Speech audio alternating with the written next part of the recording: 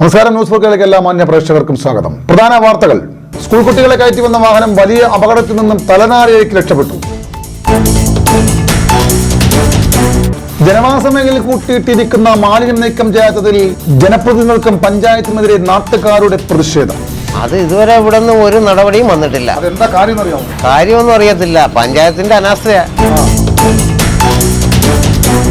രാത്രികാലങ്ങൾ ചുറ്റി നടക്കുന്നവരെ തേടി പോലീസും നാട്ടുകാരും. പകുതി വില തട്ടിപ്പിൽ കോൺഗ്രസ് വാർഡ് മെമ്പർ റാണിയെ അറസ്റ്റ് ചെയ്യണമെന്നാവശ്യപ്പെട്ട് LDF.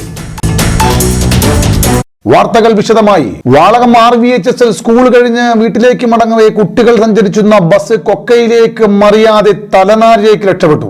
വാളകം RVHSൽ നിന്നും സ്കൂൾ കുട്ടികളെയും കൊണ്ടുവന്ന വാഹനം വലിയ അപകടത്തിൽ നിന്നും ഒഴിവായി. തടിക്കാട് കണിക്കോണത്ത് ഇറക്കമിറങ്ങിയപ്പോഴാണ് ബസ് വലിയൊരു കുഴിയിലേക്ക് മറിയാൻ പോയത്. ഡ്രൈവർ വാഹനം വെട്ടിച്ചു മാറ്റി റോഡിന്റെ കുറുകെ വാഹനം നിന്നതിനാലാണ് വലിയ അപകടം ഒഴിവായത്. പ്രദേശത്തെ നാട്ടുകാർ ഡ്രൈവർ മദ്യലഹരിയിലാണോ എന്നുള്ള സംശയം രേഖപ്പെടുത്തി. വിവരമറിഞ്ഞ കുട്ടികളുടെ രക്ഷകർത്താക്കൾ സ്കൂൾ പ്രിൻസിപ്പാളിനെ വിവരമറിയിച്ചു. വലിയൊരു അപകടമാണ് നമുക്ക് ഒഴിവായത് എന്നുള്ളത് നമുക്ക് ആശ്വസിക്കാം. പക്ഷേ വാഹനത്തിന് ഡ്രൈവർ മദ്യപിച്ചു എന്നുള്ളൊരു സംശയം ഒരു കുട്ടിയുടെ മാതാവ് പറഞ്ഞിട്ടുണ്ട്. അത് നമുക്കൊന്ന് കേൾക്കാം. ഈ ബസ്സിന് ബ്രേക്ക് ഡൗൺ ആയി എന്ന് പറയുന്നത് എന്റെ വീടിന്റെ ഭാഗത്താണ് ഇങ്ങനൊരു സംഭവം ഉണ്ടായത്. ഞാനാണ് അതിന്റെ ഫോട്ടോ എടുത്ത് ഗ്രൂപ്പിനകത്ത് ഇട്ടത്. പക്ഷേ സത്യാവസ്ഥ എന്താണ് എന്ന് അറിയാൻ പറ്റത്തില്ല. കാരണം ഒരു നിമിഷം മതിയായിരുന്നു ഈ ബസ് അതായത് ഒരു കയറ്റത്താണ് വണ്ടി ക്രോസ് ആയിട്ട് നിൽക്കുന്നത്. ഒരു നിമിഷം മതിയായിരുന്നു ഈ വണ്ടി താഴെ കുഴിയാണ്, ഈ കുഴിയിൽ വീഴാൻ. കാരണം റൈറ്റ് സൈഡിൽ ഒരു മതിലുണ്ടായിരുന്നു. ആ മതിലില് ബസിന്റെ ബാക്ക് സൈഡ് മതിലോട്ട് കയറി ഇടിച്ചാണ് നിൽക്കുന്നത്. പക്ഷെ അവിടെ കണ്ടു നിൽക്കുന്നവരെല്ലാം പറയുന്നത് എന്ന് വെച്ച് കഴിഞ്ഞാൽ സത്യാവസ്ഥ എനിക്ക് അറിയത്തില്ല. കാരണം ആൾക്കാരുടെ പ്രതികരണമാണ്. അവിടെ കണ്ടു നിൽക്കുന്ന ആൾക്കാർ പറയുന്നത് വെച്ചാൽ ഡ്രൈവർ മദ്യം അടിച്ചിട്ടുണ്ട്, വെള്ളം അടിച്ചിട്ട് വണ്ടി ഓടിച്ചത് എന്നാണ്.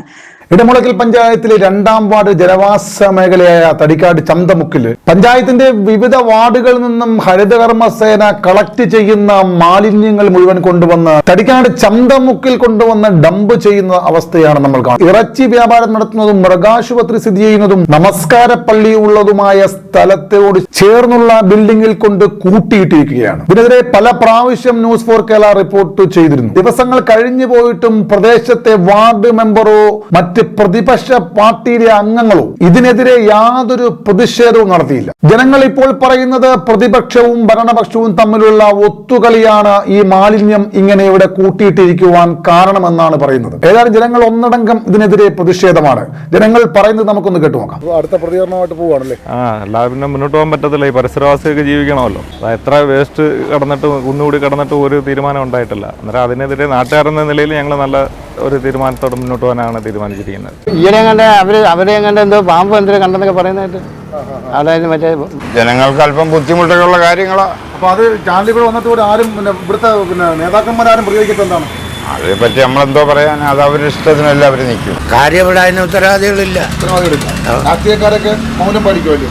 അവര് ഇവിടെ ആരിയ്ക്കുന്ന രാഷ്ട്രീയക്കാർ അവരവരെ വയറ് വീർപ്പിക്കായി. ഇവിടുത്തെ ജനങ്ങളെ കുഴപ്പം കൊണ്ട് അത് മാറ്റാത്തത്.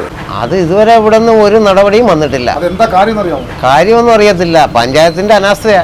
ഇപ്പൊ എന്താണ് ഇത്? നിങ്ങൾ പോകുമ്പഴി എന്താണ് ഇതിന്റെ പോകുമ്പഴി അത് ഉത്തരവാദിത്തപ്പെട്ട പഞ്ചായത്ത് അധികൃതർ അത് ശക്തമായ നടപടി എടുക്കണമെന്നാണ് പറയുന്നത്. അല്ലാതെ പ്രതിപക്ഷ പാർട്ടി ഇടപെടണ്ടേ? പ്രദേശ പാർട്ടി ഇടപെടാൻ അവര് നിർവീയാണെന്ന് പറഞ്ഞല്ലോ. അപ്പൊ ഇടപെടണ്ടേ? അവരെ കൊണ്ട് ഇടപെടിക്കണ്ടേ? ഇടപെടിക്കാൻ ഇനിയിപ്പോ ആരുമില്ല, ഉത്തരവാദിത്തപ്പെട്ട ആരുമില്ല. പ്രതിപക്ഷം എന്ന് പറഞ്ഞിട്ട് കാര്യമില്ലല്ലോ. മുതിർന്ന കോൺഗ്രസ് നേതാവ് ശ്രീ കെട്ടിടത്തിൽ സുലൈമാൻ പ്രതിഷേധം ശക്തമാക്കുമെന്ന് പറഞ്ഞിട്ട് ഇന്ന് മാസം 1 ഇത് എത്രയും പെട്ടെന്ന് ഈ മാലിന്യം മാറ്റാൻ ബന്ധപ്പെട്ട പഞ്ചായത്തും അധികാരികളും ശ്രമിക്കാത്ത പക്ഷം ശക്തമായ സമര പരിപാടിയുമായി ഇന്ത്യൻ നാഷണൽ കോൺഗ്രസും ഞാനും അക്കൂട്ടത്തിൽ ഉണ്ടാകുമെന്ന് മാത്രം ബന്ധപ്പെട്ട് അറിയിക്കാൻ ആഗ്രഹിക്കുന്നു. നിർഭാഗ്യം എന്ന് പറയട്ടെ, തടിക്കാട് പ്രദേശത്ത് കോൺഗ്രസ് പാർട്ടിയുടെ യാതൊരു പ്രതിഷേധവും കണ്ടില്ല. ഇതിനകത്ത് പൈസ വാങ്ങുന്നുണ്ടെന്ന് പറയുന്നത് പൈസയൊക്കെ വാങ്ങുന്നുണ്ട്. സമരപരിപാടിയായിട്ട് മുന്നോട്ട് പോകാനുള്ള തീരുമാനമാണ്. പാർട്ടി ഏത് പാർട്ടി? കോൺഗ്രസ് ഏറ്റെടുക്കുക, അല്ല വേറെ ആരും ഏറ്റെടുക്കാനാണ് ഇവിടെ. എത്രയും വേഗം ഈ മാലിന്യം ഇവിടുന്ന് മാറ്റിയില്ലെങ്കിൽ കോൺഗ്രസ് പ്രതിഷേധിക്കുമെന്നാണ് വീണ്ടും പറയുന്നത്. ഏതായാലും നമുക്ക് കാത്തിരുന്നു കാണാം. രാത്രി 12 മണി കഴിഞ്ഞാൽ തടിക്കാട് പ്രദേശത്ത് സാമൂഹ്യ വിരുദ്ധന്മാരുടെ ശല്യം പതിവായിരിക്കുകയാണ്. കഴിഞ്ഞ ദിവസങ്ങളിൽ രാത്രികാലത്തുണ്ടായ ഒരു സംഭവം നമുക്ക് കണ്ടുവരാം. രാത്രികാലങ്ങളിൽ തടിക്കാട് പ്രദേശത്ത് പരിസര പ്രദേശങ്ങളിൽ നിന്നും യുവാക്കളുടെ സാന്നിധ്യം പ്രദേശത്തെ ജനങ്ങളിൽ ഭീതി പരത്തുന്നു. കഴിഞ്ഞ ദിവസം തടിക്കാട് പ്രദേശത്തു നിന്നും പരിചയമില്ലാത്ത ഒരു വാഹനം കണ്ട നാട്ടുകാർ പോലീസിൽ അറിയിപ്പിക്കുകയും പോലീസ് വാഹനത്തിന്റെ ഓണറെ വിളിക്കുകയും ഓണർ എടുക്കാതെ ആയപ്പോൾ വാഹനം അവിടെ നിന്നും എടുത്ത് മറ്റൊരു സ്ഥലത്ത് വെക്കുകയും പുലർച്ചെ വാഹന ഉടമയെ നാട്ടുകാർ കാത്തിരുന്ന് പിടിക്കുകയും വാഹനവും വാഹനം വെച്ചിട്ട് പോയ ആളിനെയും പോലീസിൽ ഏൽപ്പിക്കുകയും ചെയ്തു.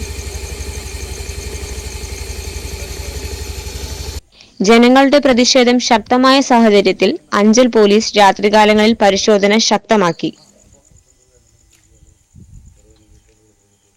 പകുതി വില തട്ടിപ്പിൽ കോൺഗ്രസിന്റെ വാർഡ് മെമ്പറായ റാണയെ അറസ്റ്റ് ചെയ്യണമെന്ന് ആവശ്യപ്പെട്ടുകൊണ്ട് LDF പോസ്റ്റർ പതിച്ചു.